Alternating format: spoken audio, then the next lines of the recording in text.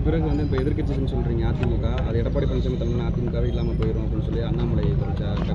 அது வந்து தேர்தலுக்கு பின்னால் தான் சொல்லிட்டோமே, என்னென்னலாம் வருதுங்கிறத ஜனவரி 4ஆம் தேதிக்கு பிறகு எடப்பாடி தலைமையிலான அண்ணா திராவிட முன்னேற்றக் கழகம் செங்கோட்டையின் தலைமையிலே போகிறதா, வேலுமணி தலைமையிலே போகிறதா? ஏன்னா ஜெயக்குமார் கூட சொல்லியிருக்கார், எடப்பாடி பழனிசாமி பதவி விலக வேண்டும், செங்கோட்டையின் அதுக்கு பொறுப்புக்கு வர வேண்டும் என்றெல்லாம் சொல்லியிருந்த செய்திகள் பத்திரிகைகளில் வந்திருக்கின்றன. எனவே அங்கே ஒரு மிகப்பெரிய பிளவு உருவாவதற்கான வாய்ப்பு இருக்கிறது. அதை நாங்கள் செய்ய மாட்டோம், ஆனால் பாரதிய ஜனதா கட்சி செய்யும்.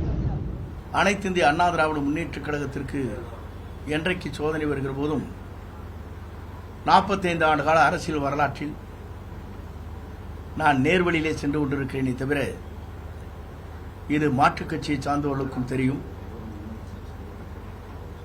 ஆகவே பொதுமக்களாக இருக்கின்றவர்கள் என்னுடைய நேர்வழியிலே செல்கிற இது போன்ற எங்களை போன்றவர்களை நேற்றைய தினம்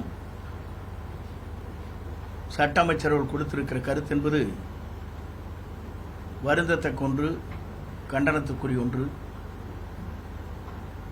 ஒரு பொது வாழ்க்கையில் இருக்கின்றவர்கள் எப்படி வாழ்ந்து கொண்டிருக்கிறார் என்பதை தெரிந்து புரிந்து இது போன்ற கருத்துக்களை வெளிப்படுத்தி இருக்க வேண்டும். ஆகவே இது போன்ற கருத்துக்களை வெளிப்படுத்துவதற்கு முன்னால் சிந்தித்து இது போன்ற கருத்துக்களை வெளிப்படுத்துவதுதான் அவரை போன்ற அரசியல்வாதிக்கு ஏதுவாக அமையும் என்பதை நான் இந்த நேரத்தில் தெரிவித்துக் கொள்கிறேன்.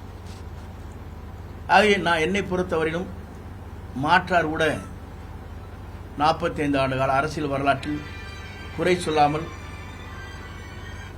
என்னுடைய வாழ்க்கையில் என் வாழ்க்கை பயணத்தை நேர்வழியிலே சென்றிருக்கிறேன். இந்த இயக்கத்திற்கு எப்போது சோதனை வருகிற போது